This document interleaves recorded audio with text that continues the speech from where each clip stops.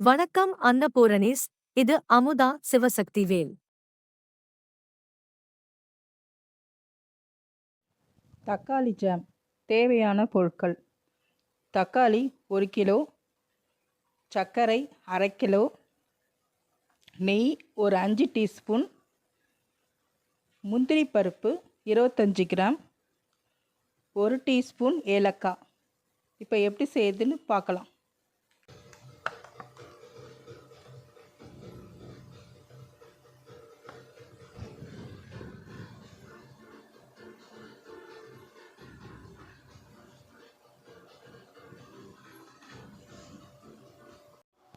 கொஞ்சமாக சிம்மில் வச்சுட்டு மூடி வச்சுருங்க.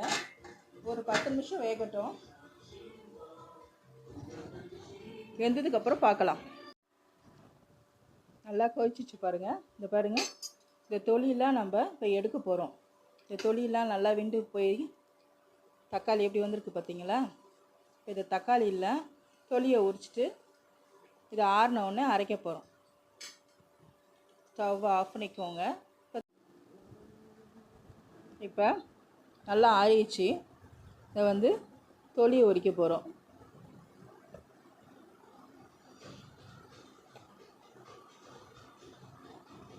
எல்லாத்துலேயும் தொலியை உரிக்க போகிறோம். உரிச்சிட்டு இந்த நடுவில் தண்டு இருக்குது பார்த்தீங்களா? அந்த தண்டை மட்டும் தனியாக எடுத்துடணும். ஏன்னா அரைப்படாது அது.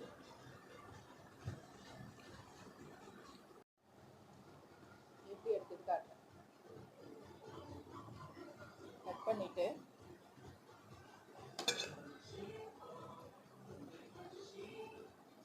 இந்த நடு பீஸை மட்டும் எடுத்துருங்க.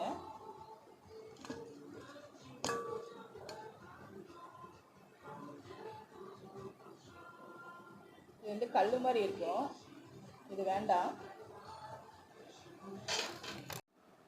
இதை பாருங்கள், எடுத்துகிட்டு வந்துட்டேன். இப்போ 1 2மா நம்ம அரைக்க போகிறோம். நல்லா மசியாக அரைக்கக்கூடாது. கொஞ்சமாக எப்படி அரைக்கணும்னு காட்டுறேன். நான் அரைச்சி எடுத்துகிட்டு காட்டுறேன். இந்த நடுவில் இருக்க தண்டை நான் எடுத்துட்டேன். அதேமாரி நீங்களும் எடுத்துருங்க. அது இருந்துச்சுன்னா சரியாக வதங்காது. இதை பாருங்கள், உரிச்சாச்சு. இந்த நடுவில் இருக்க தண்டை மட்டும் எடுத்தாச்சு.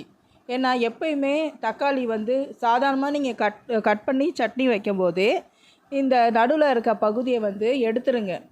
ஏன்னா அது நல்லது கிடையாது. அது இருந்தால் கிட்னியில் ஸ்டோன் வரும்னு சொல்லுவாங்க. பட் நான் இதை எடுத்துட்டேன். இப்போ நம்ம தக்காளியை அரைச்சிட்டு வந்தாச்சு. இதில் ஊற்ற போகிறோம்.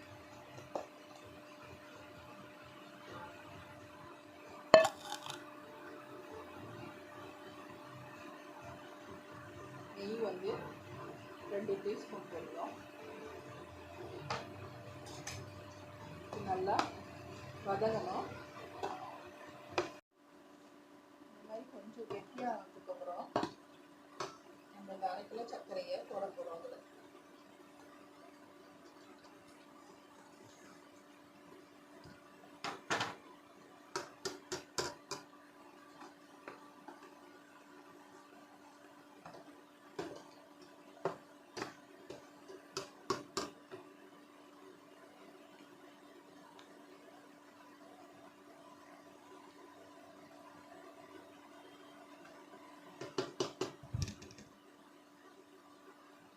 ஒரு 2 டீஸ்பூன் நெய்.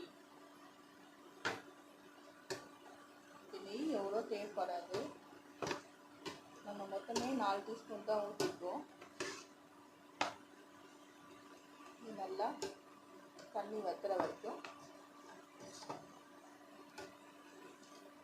கிண்டிக்கிட்டே இருக்கணும்.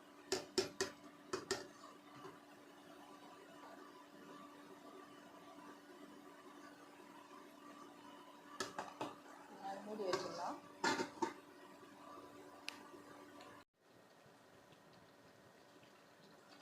நான் செரி போட்டு இதிலே நல்லா மிக்ஸ் பண்ணி விட்டேன். இன்னும் கொஞ்சம் கெட்டியாகட்டும். இன்னும் ஒரு 10 நிமிஷம் விட்டுறலாம். 10 நிமிஷம் கழித்து பார்க்கலாம்.